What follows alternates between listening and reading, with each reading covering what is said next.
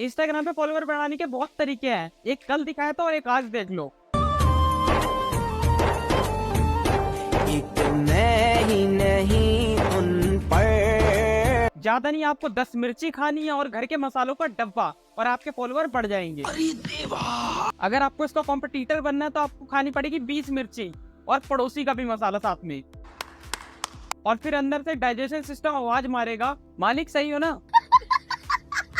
अब तो डॉक्टर भी बोलता होगा इसको, भाई मैं नहीं कर रहा तेरे बवासीर का इलाज। इस बंदे में 2 चीज यूनिक है, एक तो ये आज तक जिंदा है, और दूसरा लोग वीडियो के लिए साफ सुथरा दिखते हैं, ये गंदा दिखता है।